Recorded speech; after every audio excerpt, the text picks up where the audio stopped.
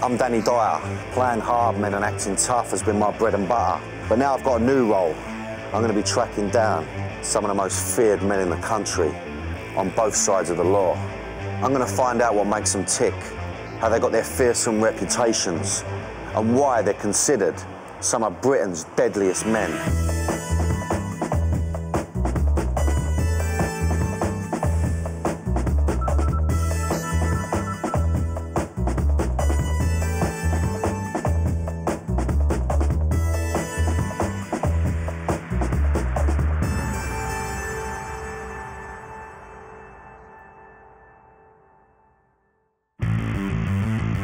This is my manor. I've heard a lot of stories about East End villains. If it was big crowds, we'd use a double-barrel shotgun.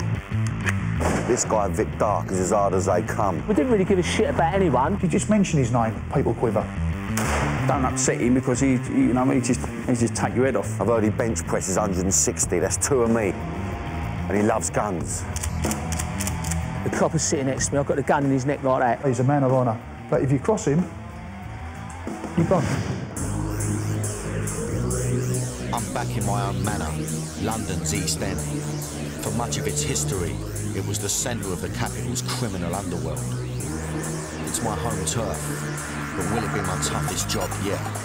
This is not just a birthplace of the chirpy Cockney and jellied ills. As well as being my manor, it was the home to a certain Vic Dark, one of the East End's most feared armed robbers. Had it been a life of glamour, or would I find that his crimes have haunted his entire life? The East End's a dark place, and there's a lot of tough neighbourhoods. Me and Vic are 30 years apart, but both being hammers, I'm hoping we're going to have something in common. I'm going to try and get inside his head, but I'm not sure I'm going to like what I see. He's the kind of character I get asked to play in films, but this is my chance to meet the real McCoy.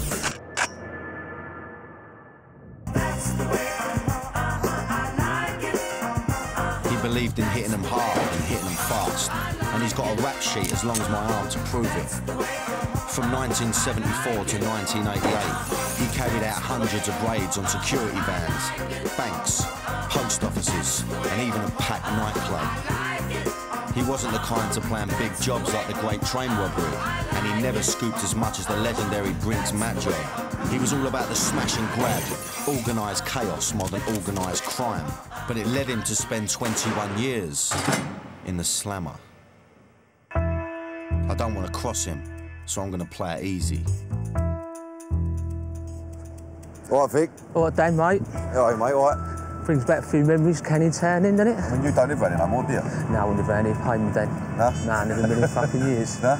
No, you're joking. Nowadays, he doesn't make his money out of crime. Using his name and reputation, he's a legalised debt collector, and that reputation is pretty nasty. We used to have a little bottle of pneumonia, which is like if I squirted you, you're there sort of blind just sort of for a few days or a couple of hours. This would be innocent bank tellers. Even his closest friends know they shouldn't mess with him. There is people out there he hasn't got respect for, and then people just stay away. Just totally stay away. I don't get frightened too much, but if I was one of them, I'd be frightened, very frightened. And I said to him, what happened if you get these heroes to come up to try and stop you? He said, in his own words, I'll blow their fucking head off. I always remember, what's his name, summed him up, was Charles Bronson, you know, not the actor Charles, but, you know, Charles Bronson in Nick. And he said, Vic Dark is the real McCoy. He is. In 1974, at the age of 17, Vic earned his notoriety as the leader of the Sledgehammer Gang. So called because of the way they smashed down the cashier's screens of banks and post offices. We just pull up here with a car, say 4 of us will get out, no, 3 of us will get out, it'd be a geezer driver. Yep. Then all of a sudden, we just walk straight across there, Sledgehammer, the guns, walk straight into there when it's the most busiest time. Take down the screens, get behind the screens. We used to have big bags at the time, Dan, like we used to come across, they show big, they're like post office bags, great big bags. And when we got behind the tills, my mate would be the littlest one. He'd either get the door open and just chucking all the money in the bags. Straight in, yeah. Yeah, that's how we used to do it. So we didn't really give a shit about anyone. Yeah. We was in there for 5 minutes, just clearing out all the money. Then we'd just come straight out of here, get back in the cars and drive off. In and out 5 minutes. Yeah, that's it, that was it. Every till would have 10 grand behind it, and they'd pick the busiest times to crash in. Nobody move! Surprises me that you obviously look going in there when it's when it's the most busy. You know, I would have thought you'd wait for it to calm down, but obviously it makes sense because that's when the most does there, obviously. There will be guns firing everywhere, warning shots over people's heads, panic all over the place. What they didn't like, the robbery squads, because we were so young, we was only like 20 years old, obviously we're coming into banks and sorting offices, like big post offices, steaming straight in, nicking all the wedge out of it and coming straight out. They were saying we didn't give a fuck for no one. Literally, we had confrontations with people, obviously a few times. I mean, how many would you keep it to a minimum? I mean, how many would you do a month, a week, a week? You would never do 2 in a day, would you? Would that be taking a piss? 3. 3 in a day? I was just beginning to see why he'd got his reputation. 3 lots of innocent people a day, terrorised with ammonia, sledgehammers and guns. Not nice. These raids went on for 4 years, until the law finally caught up with him in 1978. Vic Dark was one of the most prolific armed robbers this country has ever seen. Hundreds of banks, security vans and post offices raided and thieved from. He's exactly the sort of person you don't want to piss off. If you do meet him, you better not cross him. He's a lovely fella, but you don't want to see him flip. Because if he flipped, he might let off one of these. Like every workman, Vic had his tools. People didn't just hand over the cash to him. He held them up. He intimidated them. He pointed loaded guns at them and threatened to take their lives. If it was big crowds, we'd use a double-barrel shotgun, which is like sort of snoring off, which is like looks the part. Or if it was like quick robberies, like security vans, it'd be handguns. With shotguns, there was more frightening, really. So the bigger the crowds, like a big sorting office, it would be like a sawing-off shotgun. To get through the screens, we'd use hammers, big sledgehammers. Obviously, the guns I fired off was over people's heads, you know, so it wasn't at the people. I'd done martial arts for a long time. It's like when they kick, ah! You go, ugh! It's just like bang, you go, ugh! So it's just to make them jump, really. Not like obviously, once you fire a gun into someone, once again, you're going to kill them, aren't you? I've not gone with the intention to shoot anyone, you know, so I'm like that's quite clear in the robber's code. You don't go and shoot people. Robber's code or not, I can't help thinking that the people at the other end of the gun probably thought their life was over.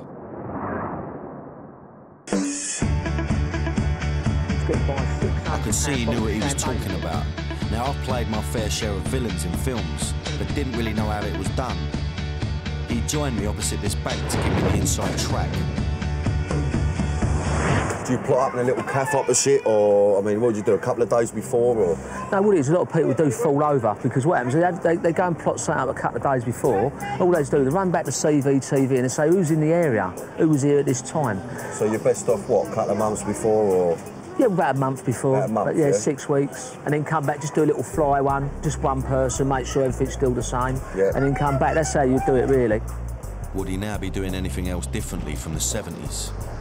Well, basically, it's the sort of same methods, balaclava helmets or anything with identity, gloves, you know, sort of like thin leather gloves or anything what you wouldn't leave fingerprints about. You've just got to be a little bit more aware of the cameras, a little bit aware of like leaving DNA, and obviously, you know, if you discharge a firearm or anything like that, it would go up your nose, like residue. What's the different approaches to, obviously, a bank and, you know, a van? There's different approaches to every kind of robbery. A bank's are sort of solid, so you know you're going to go in there, might be 6 or 7 tills, if the safe's open.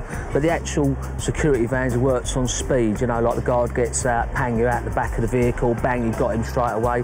Or if you're going to take on the big, heavy duty one, you're going to stop the van, get in the back of the van, or do you know what I mean? So it depends. Every robbery's so different from each one. How many people would you go to work with? I mean, obviously you've got people allocated different jobs. I mean, you've got the brains, you've got the, I don't know, the brawn. I mean, how would it work? If you're in with the chaps and like the armed robber world type of thing, you would know who's good at who. Obviously a very short list of people. Yeah. But if someone's going to have a van and you want a professional person who's good at the vans, you pick him out and go on a bit of work with him. Or if you want to do a big sorting office, a big post office, you'll be going to work on sort of, that type of people who are good at what they do. I knew that Vic had been good at what he'd done, but I also knew that the law had eventually caught up with him.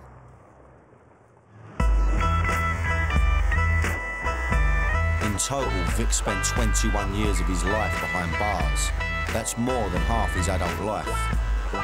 In 1978, he went down for the armed robberies.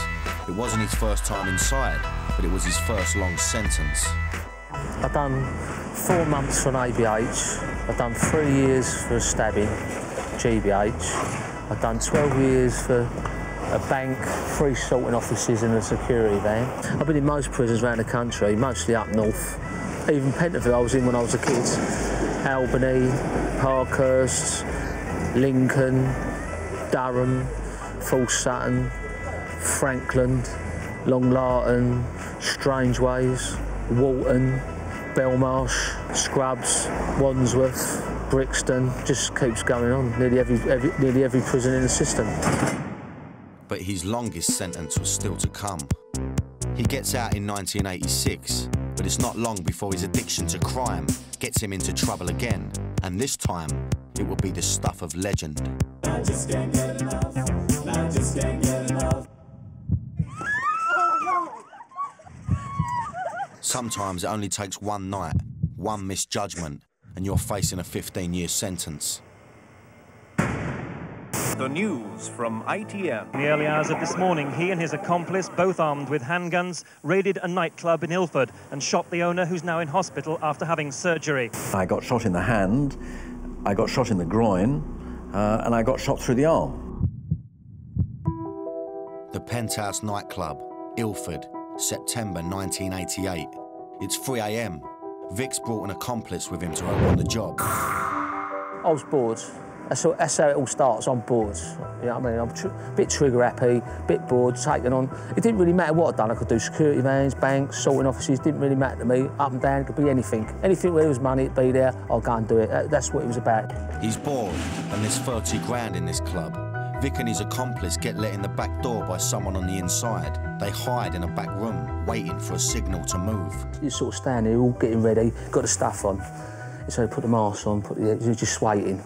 All of a sudden, then it happens, doesn't it? You go, you hear. That means give him 10 minutes to get out of the gaff, then I'm coming out. He gives his accomplice what he thinks is a simple job. All he's got to do is get the money and rip the phones out. That's all he's got to do. Yeah. Anyway, it goes bang. What I've got to do now, the first thing I'll do, I've got to get everyone under control. Meaning I've got to wrap them all, or get them all together, wrap them up, have the money slip off. That's what was supposed to happen. Nice and easy. Well, you know, what goes on next is unbelievable.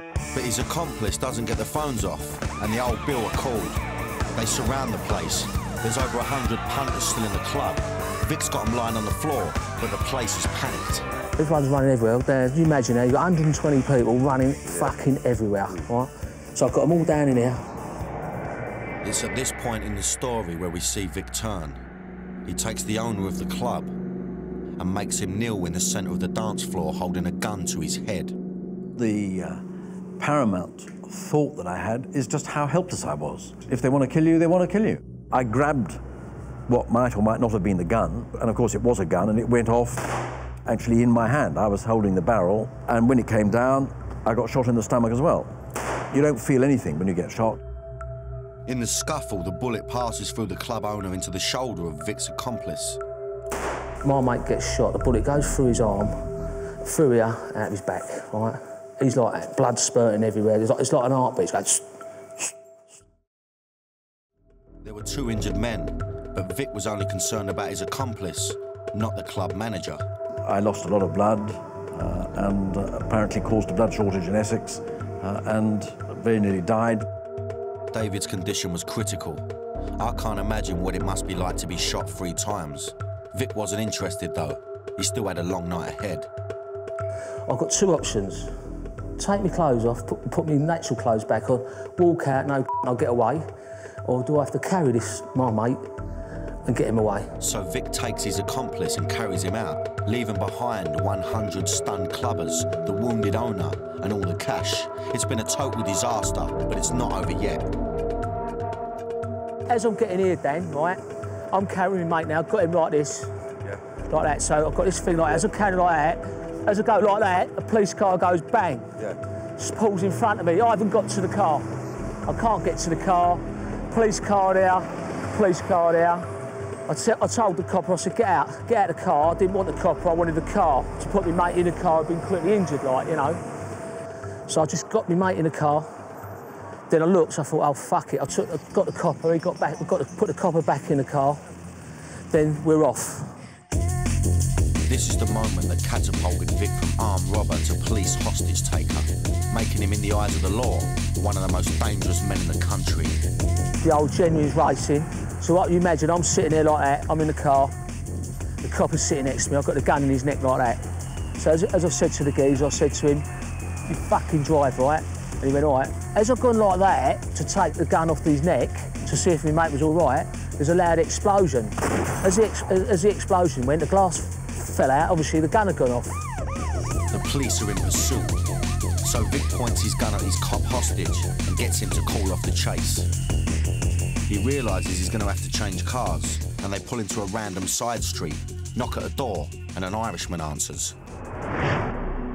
He goes in, gets the keys, comes out. Instead of taking the keys and walking away, he tries to give me the keys. But as he tries to give me the keys, I can't take the keys, I've got two handguns. I've got a handgun in each hand.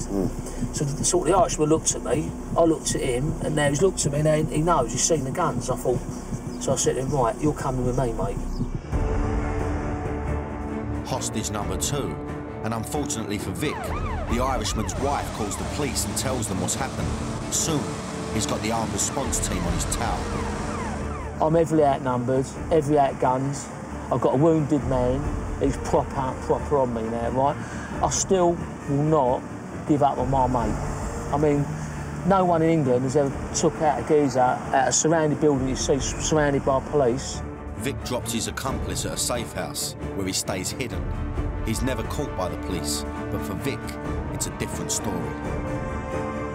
The chase is taken out to rural Essex. The car crashes. Vic runs out and hijacks another car. They forced a Vietnamese restaurant worker to drive them further. Did you believe he would kill you? I think sometime he might shoot me.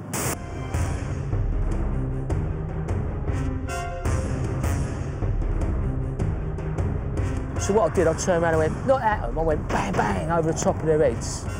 So but I don't know what's happened. Then all of a sudden I see back, like yellow flashes, you know what I mean? Obviously, they're firing back at me, but I weren't trying to hurt them. Anyway, they was over there, so I just dug a big hole, got a few plants, put them on my head and all that, laid there, right?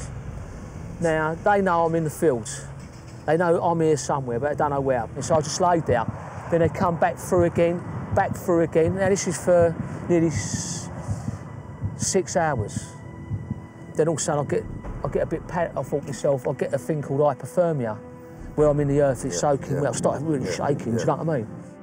And with that, Vic had had enough. He crawled out of the muddy hole to face the music. Just over there, I stood up, and then that was it, Dan. And I walked out, it was about fucking 150 coppers that day. I come out with my hands up. And then... There's just nowhere to go, was there, really? Nah, I was fucked. I was bottled in. But they said to me, when I got back to the police station, if I stayed there for another hour, they were gone. They thought I lost me, yeah. So if I just stayed for another hour, I would never got nicked. That night of crime cost Vic a 15-year sentence. And for his victim, it changed his life forever. It's a cowardly way and it's a lazy way to just try and pinch what somebody else has got, especially I'm running a one-man operation. I mean, it virtually put me out of business. David spent 5 agonising weeks in hospital trying to recover from his gunshot wound. And I remember when I got home, eventually, and I couldn't get out of the car. I couldn't lift my leg up. And people don't realise these sort of things.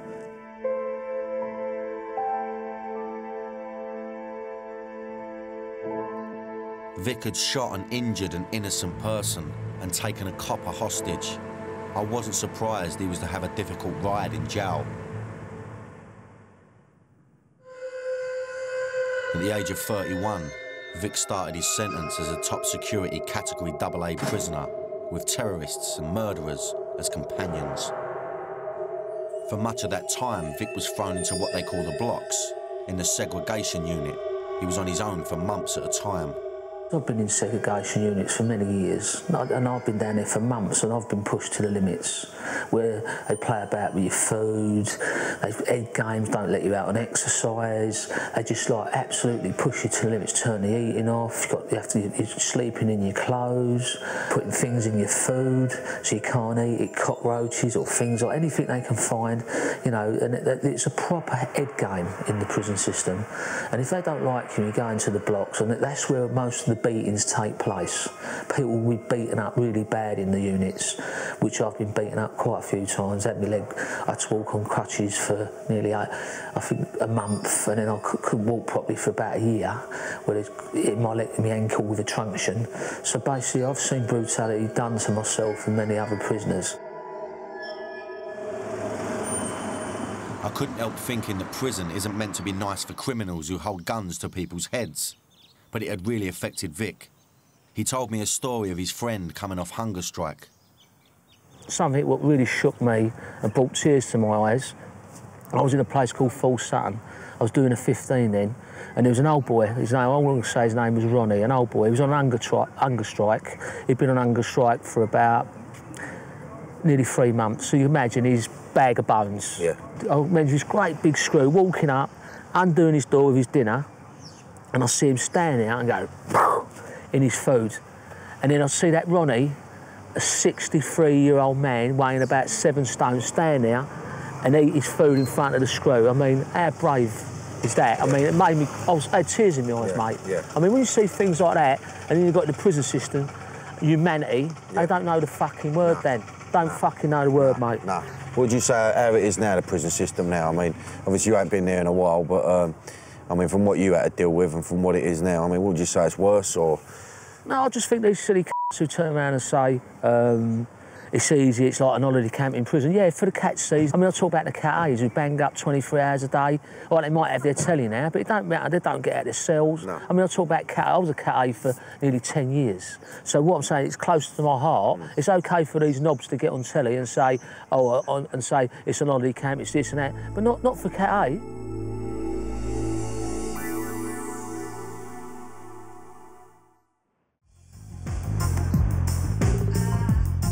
Vic Dark, a bank robber, armed to the hilt with sawn-off shotguns, a hostage taker, and a man who's done 21 years porridge. During that time, he'd met some men that are still his mates today. Vic's invited me to a barbecue. Now, he's told me these are the real Essex boys, yeah? So, hanging out with hooligans is one thing, but these guys are serious. I don't want to end up in a country lane, you know what I mean? See what these boys have got to say. Unlike Vic, most of this lot haven't been inside. Pleasure to meet you, old son. Pleasure to meet you. Yeah. Hello, mate. Hello, mate. I'm a friend of Vic's, mate. How you doing? How you doing, son? Yeah? Pleasure to meet you. Good as gold. Thank you. Thank you. I am as well, mate. Good man. Good to meet you, mate. Pleasure. All right, mate? How are you? You all right? This is Gavin. He was inside for manslaughter at Maidstone Prison. Yeah, no, good as gold, mate. Do you want a beer? Good. I've got a beer there, sunshine. Thank you very much. No, good as gold. I know it's a bit mad walking in with my camera on me. No, don't be silly. We're bothered about all that. We've got cameras on fucking 24 hours a day. Yeah, I'm telling you about that. Been one of my best mates. Been one of my mates since we was kids. One of the most staunchest, nicest fellas in the world you're ever going to meet. I actually met him in Maidstone Prison when he was serving 7 years for manslaughter. Okay. And like I say, and then we come out and we become good friends, and ever since he's been one of my best mates in the world. And he's always been there for me. Yeah. And he's been a father figure, but he's always been an older brother, best friend. He always has been, and he's never wanted nothing off me. No. Always give me. True. Yeah, I love him, mate. I love you as well. Have we ever took? I can't buy him a drink. It's like being in an episode of The Sopranos. They all seem to love Vic, but then they've never been at the wrong end of him or his gun. Well, he's just one in a million, mate. Yeah. This is Glenn. He runs his own steel supply business. Funny, really, since been seen out with him. Everyone pays me on time. It's quite handy, really. Yeah. All of a sudden, all these knockers are paying me. Great. So I just made a phone call and the checks are in the post. But no, it's good really, because when I first met Vic, the business was probably doing, I don't know, 7-8 million a year turnover. It's up to about 20 million now, and you don't do that sort of turnout without people like his name behind you. So although I ain't got no involvement in the business, where we've grown close, if anyone ever tries to like knock me, he's just mention his name is enough. He don't even have to get on the phone. So while they all love him, there ain't no doubt about his stature. Time for me to make me exit. So, babe. The pals are always a different thing, you know. It's always a whole new ball game. And you know, as soon as I walked in, you know, the first geezer stands up, looks me straight in the eye. I thought, okay, what is this, a test? It's almost not mafia-like, but that, you know how they've got their circle of people and that's it. So what had led Vic down the criminal path? I've asked him to take me back to the beginning to see where it all began, to the East End. We're driving through Canning Town and it stirs memories for Vic. It breeded a really hard type person, because it was the docklands, they worked in the docks, I mean, and they was nicking things out the docks. The good thing about Canning Town, it was known like, it was very staunch people, weren't they, in them days. There was like sort of, you know anyone who come from Canning Town. Most of the jails was filled up with Canning Town people, be honest with you, do you know what I mean? We was brought up in a thing called the old school. You helped the granny across the roads, you know what I mean? You made sure you never robbed the working class person in your life, you stuck up for them. Throughout its history, the East End has been one of the poorest areas of London. Those living here worked hard to earn their bread. However, some went further and used crime to get the jam. If you look at crime in the East End of London in particular, I mean, you can define it in some ways as a form of self-help exercise. You know, it's the people, it's the have-nots trying to be the haves, finding their own way of getting what they need and what they want. The courage and resilience of the East Enders was well documented during World War II. These people were bombed night after night, but however the Germans tried, they couldn't break their spirit. As London was rebuilt after the war, being an East End gangster was like being a film star. You got the best in life. There was all the glamour and all the girls. The Krays were at the forefront of the 60s London underworld. They were respected in this part of the world, and they were feared everywhere else. They're communities that are very close, that look after themselves, that generally come out of poverty. Quite often they're using their money to help their own. This is the code that Vic inherited, the basis of the world he operated in. He's brought me to his old neighbourhood in Leytonstone, where he grew up. It was like a shop, and in here used to be an old junk shop, and this used to be my front door. It's the worst thing when you're a kid to live behind a junk shop. You're going to grow up with a fucking chip on your shoulder, aren't you, mate? And you literally, aren't you? My old man go, where do you live? I go, I live behind a junk shop. I thought, fuck's sake, you know what I mean? We never had a proper bath for years. You know, like, and if I wanted some shoes, I wanted that, it was all like, everything was double hard work then. And it was at the school, yards from his home, that Vic met friends that gave him his first taste of crime. While still in their teens, they began by doing jobs on jewellery shops, by making holes in the windows. We used to have a big metal catapults, so the big things, we used to get the ball bearings. The bigger the ball bearing, the bigger the hole in the window. So like, we just stood there like that, as a lorry goes, cool. So as long as it didn't hit the silver strip, the bells wouldn't go, so it's like a bullet, it was like, whoa! And used to go over like the old coat hangers you'd get out of the dry cleaners, you know, the thin ones and that, get a hook on it, used to go over and so they called the fucking jewellery out the windows, all that cool. So like a little time, all these jewellery shops were getting sort of knocked out on here, because obviously they were looking for guys doing all jewellery windows. And I remember when I was in that house, we used to have these wardrobes, and I used to stack all my money out in the wardrobe, and I used to think, you know, here you are, big tough fucking armed robber, right, and go, when I was a kid, go, fucking hope my mum don't find out, she'll kill me. That's what it was like. We drive up the road to posh Wanstead. I met this bird, right, this is where she lived, right? Now, you see the difference of the areas. This is like, this area was like, you know what I mean, Dan? This 25 minutes down the road, isn't it? Yeah, and she lived up here. And I went into her house and like, I was like, fucking hell, beautiful house, chandeliers, and I mean, and this is what really catapulted me into wanting money, do you know what I mean? I mean, because look, see the area to where we just come from. Yeah. I mean, I know, it's mad, isn't it? This is my girlfriend, ex-girlfriend's house here. I'd come into these areas and I'd realise what money was about then, do you know what I mean? So this is what really, really kicked me off, you know what I mean? Yeah, I want a taste of it. I want some of it, yeah. I weren't going to get it fucking working at Falls. So Vic had no choice. It was his poverty that had led him to a life of crime. So his brother must be a criminal as well then.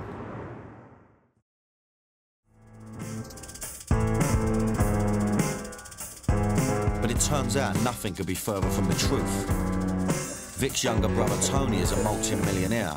He had the same upbringing, but made different choices, making his fortune out of packaging, not robbery. You was chasing money at an early age, I think.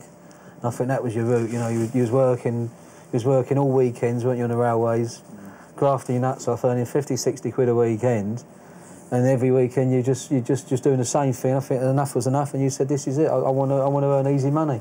I'm glad really that my brother took the route he did, because, like I say, he's made the family proud. But we have made us, as I said... Like I say, we all took different routes, and he has made us, he's a, you know, a brilliant businessman, and he's put the family on the map, really. What I wanted to know was why Vic hadn't made the same decisions as his younger brother. Why do you think you took a different path to your brother then? Some brothers, you can't say all brothers are the same. No. They're totally different. You've got two different brothers, and he, like you said, he's always been good. He's been not one of them natural people who's like, I'll cheat him at cards and still win. He's just one of them people, whatever I did, whatever he's done, he's turned to gold. Living behind a junk shop, not even having no money, we both strived to get where we wanted to be. Obviously, he's took the long road and got him done really, like I say, I'm proud of him. I'm proud of the people who work hard and get there, not normal working class people. Obviously, I took shortcuts. I decided to go out and take what I wanted, and he's decided to go the right routes, and which is, I know I was wrong. Yeah. And I say it to all the kids out there, I knew I was wrong. What I did then, I know I was wrong. Yeah. And I'll be honest with you, if I could change my life tomorrow and be like my brother, I would have done it. I wasn't born with a silver spoon in my mouth. I was born behind a junk shop with mum and dad, bless them. And as I say, but I weren't going to have it. I wanted to go different routes. My brother's took the time, he's got here, and I love it a bit, it's fantastic. I couldn't believe the difference between the two. Perhaps Vic's bad example had been a warning to his younger brother. Do you want to? I want to change the things that I do. Vic's moved out of London now, and he's trying to make a new life for himself. Leave the past in the past. What could be more different from the toughness of the East End than this sleepy suburban village? Vic swapped the muck and crime for mowing the grass and tending the roses. Life for me has changed so dramatically. In this area, it's mostly like it's a sort of middle class, rich area really. Very, I suppose, ooty-tooty.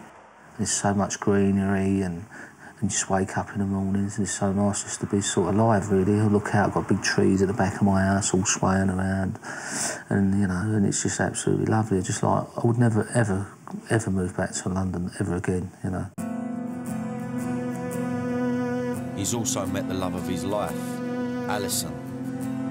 He's completely different to what you think he's going to be. He's kind, he's gentle, he's a gentleman. I suppose that's his good quality in a man these days, anyway.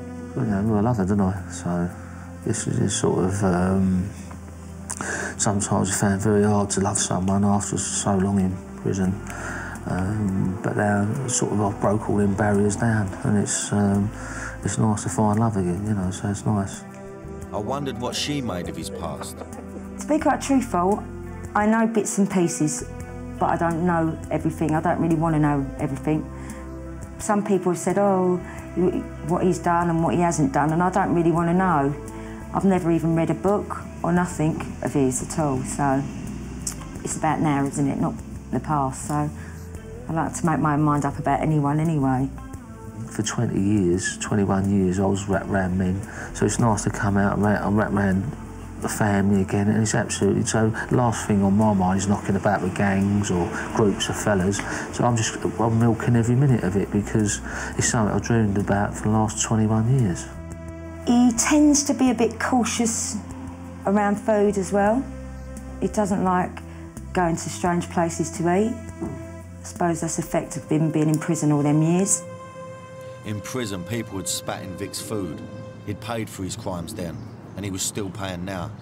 I could see his past didn't want to let him go. That's what you hear when there's a bug in your car. So now I'm going to run this car. Just say you run a car like this.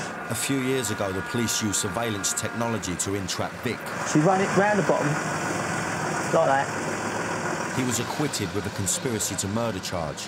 Today, he doesn't take any chances. I've got to be whiter than white. I've got to be snow white. I'm looked at all the time, so I've got to be, everything's got to be right. Car insurance, your tax, everything's got to be right. Everything's got to be paid, all the bills have got to be paid, everything's got to be done. You've got to be ultra white, especially in my situation. So, more so than anyone on the planet Earth, really. So this gear here, what's it, illegal or what? No, you can buy it from any shop, any spy shops. Yeah. It's called anti-surveillance. Right, so listen, we both know you're a straight goer now. Now, why would they bug you? Because they want to. Because like, what it is it's people you knock about with. So you could be at it and I don't know. I can walk up to you, you might be up to say, I don't know what you're up to, I ain't going to ask you what you're up to. I'm not a busybody fucker, am I? No. So whatever you're doing could get me in trouble because I don't know what you're doing. They think my association with you, just because I'm talking to you, means that I'm guilty of a crime I don't even know about. Yeah. So that's one of the reasons why you have got to be careful what you say. Say like you're in some people's tellies are bugged. Literally, they watch you through the telly. I know it's science fiction, but it's true. So there you go, you know you've got a bug in the telly, so you fancy your leg over, you can't even have sex in the front room, can you? In your telly, watching you. Yeah, literally. A couple of days is plotted up. Right? Yeah. You're never going to be out of that world, are you, with the police? No, never. No, never. No. I'm always going to have them on my back. Like I say, what you're up against is one of the biggest firms, tastiest firms, well-funded firms, probably in the world. MI6, SOCO, the old National Crime Squads. You're up against some of the biggest, tastiest firms. Do not underestimate them at any time. You know, so everything you do, you have to watch. I had to remind myself why the police might be interested in Vic. He'd done some pretty serious crimes in his time. The mad thing about doing this, you know, meeting Vic, is that it's the first time I've actually sort of, you know, done one of these shows about someone who's from my manor, from my area, speaks the same way as me, has been brought up with the same sort of morals. The difference being, the thing you know, look, listen, I know his game, he's a bank robber, he's hurt people, and, you know, the fascinating thing for me is this man's done 21 years in prison. He spent half his life behind bars, and it obviously sort of moulds you into something, you know, being incarcerated. It also seems it haunts your life forever. Vic Dark was one of this country's most feared armed robbers. He'd held guns to people's heads, but for his crime, he did the time, 21 years in total. While Vic was in prison, he had a lot of time to think. He told me he wants to right a few wrongs. It seems to be a better use of his energy. I met up with him at this snooker hall to chew the fat. He was upset about the number of stabbings in the news, and he wanted people to learn from his prison experience. I'm not going to stand there and be an hero. I'm not going to say to kids like follow my footsteps, because I've been a total disaster. I've been banging up for 21 years. Absolutely hard way. There's no winners in this game. No winners. And the murder squad's rate is 99.5. They nearly get everyone. So most of them will get arrested, all these young kids. So before they do it, I just want them to know the fucking misery they're going to cause on both sides of the fence. The person who dies and the person who goes to prison. Because the person who goes to prison is going to get 20 years of hell. At least the kid, whoever happened to, he didn't really know about it, but their family will. So there's two losers in that game. There's never one winner. No, in a million years does anyone win. Vic is concerned with the high incidence of suicide in the prison system. In prison, he made friends with a guy called David Croak. Croak was a convicted murderer and was found hanging in his cell at Whitemore Prison in November 2007. Official investigations into the incident point to suicide, with these black eyes being caused by a fall. But Vic believes otherwise. He's made it his mission to help Croak's family. We want an inquiry, don't we? We want our own people, solicitors, to interview the prisoners who were there, want the names. We want our own body to investigate what happened to your dad. Yeah. That's what we want. Yeah, there is going to be inconsistencies, as there is already. The reason I do these sort of things is that most people, when they get out of prison, they forget about the fellow prisoner back in prison. After being in prison for 21 years of my life, I can't forget. I'm a straight goer, as they call me, and certain questions and certain people you need to speak to, it's nice to have someone like Vic who's there for you, by your side, and he's answering the questions, talking to people that you wouldn't normally be able to do. And there's a lot of people in the prison systems who are fighting their case who've got no one to shout to, and I'm just speaking on behalf of all my friends, and there's a lot more, lot more.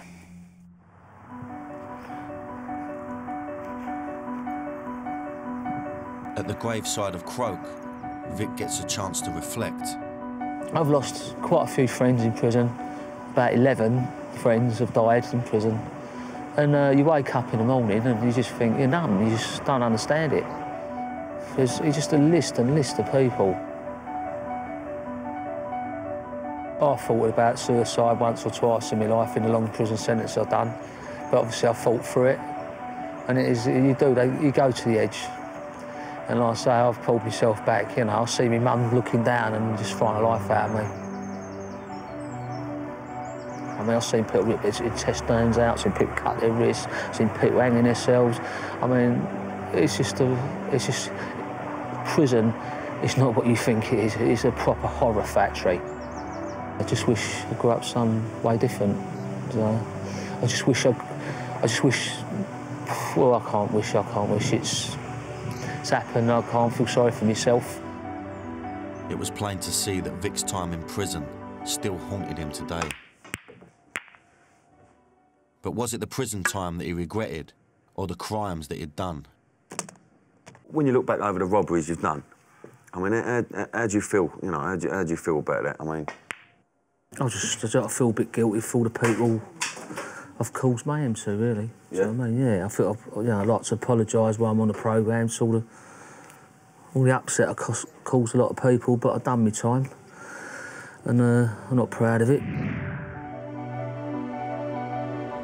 I'd met a man who'd run around London with a shotgun and a sledgehammer, stacking his winnings in his wardrobe and living it up. But a man who'd lost 21 years shut up in jail, who was still haunted by the shadows of his past and felt people were still out to get him. I'd found a man whose crimes hadn't paid. I dreamed of being a family man over the last 21 years locked up, so I've got what I want, and believe it or not, that's what keeps me on the straight and narrow, my family. I've got too much to lose now. The game's over. I've retired.